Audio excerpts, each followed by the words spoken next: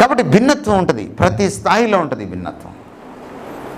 ఇంకొక ఎక్స్పెక్టేషన్ మనకేముంటుందంటే, అమ్మాయి ఎప్పుడు కూడా నాన్న చూసి పెరుగుతుంది.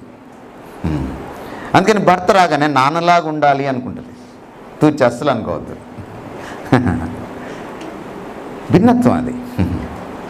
యాక్సెప్ట్ చేస్తామో ఎక్స్పెక్టేషన్లు తగ్గిపోతాయి. ఎక్స్పెక్టేషన్ ఎప్పుడైతే తగ్గిపోతుందో డిసప్పాయింట్మెంట్ తగ్గిపోతుంది. డిసప్పాయింట్మెంట్ ఎప్పుడు వస్తుందండి?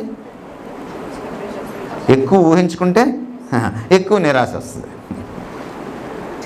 తక్కువ ఊహించుకుంటే తక్కువ నిరాశ వస్తుంది. నిరాశ ఎక్కువ ఏమవుతుంది? బీపీ పెరుగుతుంది. అందువల్ల ఏం చేయాలి? ఈవిడింతే అనుకోవాలి, ఈయనింతే అనుకోవాలి. ఈయనలాగా నేను అంగీకరించాలి, ఈయనలాగా నేను ప్రేమించాలి, ఈమెలాగే నేను అంగీకరించాలి, ఈమెలాగే నేను ప్రేమించాలి. అస్సలు మారద్దు, అలాగే ఉండమని కాదు, మీ గుణాలను మార్చుకోవద్దని కాదు, చెడ్డ గుణాలు ఉంటే మార్చుకోవాలి. కానీ మీ ఇంటి కళ్ళద్దాల్లోంచి, నీ సొంత కళ్ళద్దాల్లోంచి నీ భర్తని భార్యను నువ్వు చూడకూడదు అని చెప్తున్నాను నేను. ఆ భిన్నత్వాన్ని మీరు అంగీకరించాలి.